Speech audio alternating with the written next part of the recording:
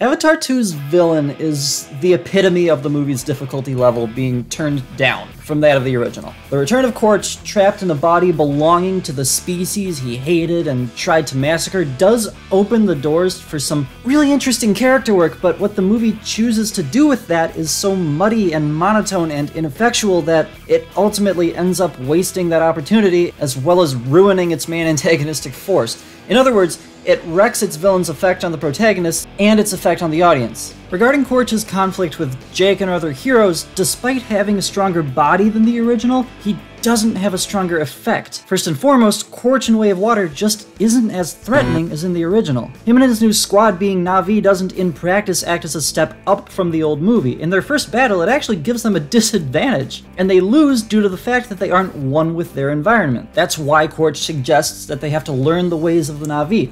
The problem with this structure is that the villains are forced to catch up to the heroes instead of like in the first movie where the bad guys always had the advantage. And since, right after the beginning, the heroes and villains are separated for so long, and the villains are off just doing not all that villainous stuff, it's not even all that clear if we should be rooting for or against the bad guys for a good part of the movie. And then once we're reminded that Korch really is the bad guy who's been given all the power he needs and can do what he wants with it, the plans he makes with that power don't work. Everything he sets out to accomplish fails until he gets lucky finding the kids in the final act. The bad guys aren't a threatening, unstoppable force that needs to be dealt with. Often, we're just wasting time with them. And even in the end, the villains being Na'vi ultimately doesn't matter because it's still nature versus machines in the third act battle. Yeah, Korch has a Toruk in the end, but it accomplishes about as much as a helicopter would. Unless the whole point of giving Korch an avatar body was so he could have a fist fight, which as a final fight is also pretty uninspired and less difficult compared to the dynamic of the original. Additionally, the machinery and people Korch is using to fight Sully and his kind is meant for hunting whales,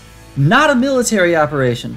So the final battle is not only more visually and dynamically shallow, but it also feels off compared to Avatar 1 because it's not a potent warmonger who's in charge of an army of soldiers using military-grade instruments of death to carry out a tangible plan that always wins. It's a conflicted second-in-command clone whose plans always fail, who's commandeered fishing equipment to try and kill a target he didn't even expect to see that day, with some fishermen. It may have even worked better if this were a new character altogether, but since it's Korch, especially, it's an easier step down from the potent character we used to have. In terms of Korchness, he's operating at a percentage that the original would have been ashamed of. Korch 2.0 also has a much less personal relationship with the protagonist. In A1, Korch had a connection with Jake that was highly important to Jake. They conversed, they had duties to fulfill that put them in constant contact to play off of one another. They benefited each other. It was strong enough to the point where Korch represented one side of Jake's internal conflict. In Way of Water, there's never even a real dialogue between Jake and Korch at all. In fact, there's none at all until the final act of the movie. And even if you argued that, oh, we set up a relationship in the first movie so we can just coast off that, which is already assuming that when Korch said he wasn't that man, he was on some level not telling the truth, you still need to develop that relationship in the current movie or things will be flat. Something else that wrecks several facets of Korch as a character is the choice to,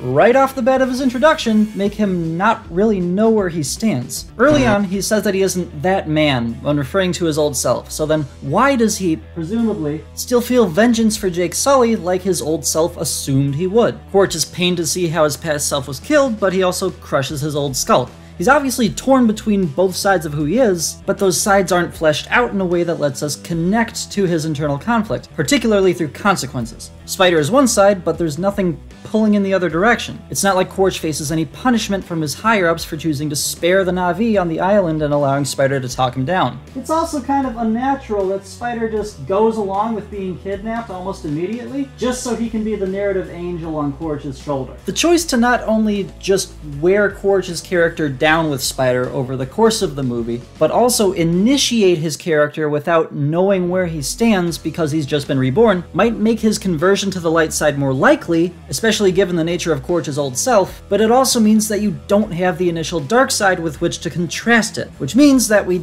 don't really understand where he starts, how he develops, or what the result of his supposed development actually means. At least largely, Korch doesn't understand himself, and neither do we. This sort of goes hand in hand with the fact that his motivation also doesn't really work. Since Korch still wanting to get revenge on Jake Sully isn't really understandable beyond the exposition dump in his introduction, it doesn't work as a compelling motive. The movie wants to pick and choose which traits of the old Quaritch are still in effect for the convenience of the story, without expounding on why and developing him in a way that we can relate to. And you can't friggin' do that! Briefly, there's also the issue of the fact that Quaritch's internally conflicted nature doesn't allow him to embody any side of a theme. There's only thematic representation on one side of the story, Jake's family's side. Jake and Neytiri have the run versus fight ideologies, and Quaritch is just kind of doing his own thing. I suppose a run versus fight theme wouldn't really work with a character like Quaritch representing the negative run aspect, but you still need to make your villain represent an opposite take on the theme as your hero. And if you're doing a sequel and the characters you're stuck with don't fit the theme you want to get across, then maybe you need to choose a different theme. Having a villain not know their thematic side instead of embodying one is interesting, but it comes at a cost. The cost being that the audience now doesn't really know what the point of your antagonistic force of your movie is, which isn't something you want to do if you're trying to create a potent character or meaningful villain. There's a reason seeing Sully fight Quaritch in the final fight of the original felt the way it did. What if the new Quaritch did start off just like the old one was, and he did consider himself to be the same person, even if he was forced to be reborn as that person in the flesh of his enemy?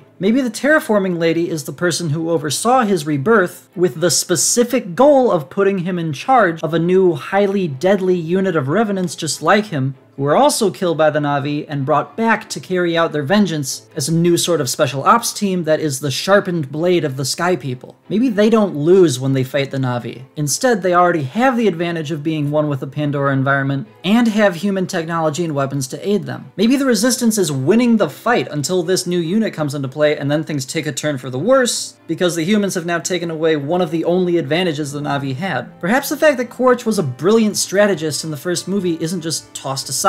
Every time he enacts a plan for the Sky People, it succeeds. And he gets closer and closer in his game of cat and mouse with Jake. And we would give him an understandable, worthwhile arc that doesn't break his character. He could still kidnap Spider and be shown pieces of the light side through him, but when he takes Spider's advice, it's always to serve his own personal goal of getting revenge on Jake's Sully. When Spider goads Quaritch into not tranquilizing the Taruk, maybe he's not doing it just for laughs, but to try to give himself enough time to escape. And then Quaritch ends up pulling him into the fight, and Spider has to tell Quaritch how to connect with it on an internal level, where they'll both fall to their death right then and there. Maybe when Spider convinces Quaritch to spare the Islanders, it's because Na'vi honor dictates that they would never tell him anything about Sully if he harmed their leaders. And by showing mercy, he actually gains a little ground. And throughout this, Spider increasingly becomes more hopeful that Quaritch is capable of seeing the light. And the terraforming lady could foil Spider's relationship with Quaritch. Maybe internally bonding with animals isn't supposed to happen without tranquilizing or something, because Sky People leadership knows how dangerous a powerful personal connection like that can be. Maybe sparing the Na'vi's lives on the beach got Quaritch one step closer to Sully, but set the terraforming lady 1,000 steps back from establishing a formidably lethal precedent with her enemy. She could lecture Quaritch, take away some of his jurisdiction, even punish or humiliate him in a way that carries forward. And when Jake declares a new leader of the Resistance, that drives an even stronger wedge between them. The terraforming lady wants to go after the new head, but Quaritch was only ever in it for revenge on one person. Until in the final act, when Quaritch has the chance to go after Sully, but the terraforming lady tells him to attack elsewhere, he finally breaks and has a brief fight with her in her tall person suit before escaping using his strong Na'vi connection with his Taruk that outmatches the dampened connections of his squad. Now we're taking him closer to the light side while still keeping his character potent and functional. We're not robbing the story of his threatening nature or robbing the audience of his relatable conflict. This works in a thematic sense as well because the new theme we're having Quaritch embody, the negative side of abandoning others for personal revenge versus letting go and helping your people, also works for Jake's side of the story. This theme does pretty much totally replace the old one, but the moral it aims for, especially regarding family, is mostly the same. And it can also occur naturally without the need to reset our hero or villain. Maybe Jake learns of Quaritch's return in an initial conflict that Quaritch wins because of his new advantages, as well as the element of surprise, emphasized by showing up as the last person Jake expected to see. Maybe the trauma of being forced to betray his own species actually left some scars on Sully's psyche, and he sees Quaritch as the representative of all that.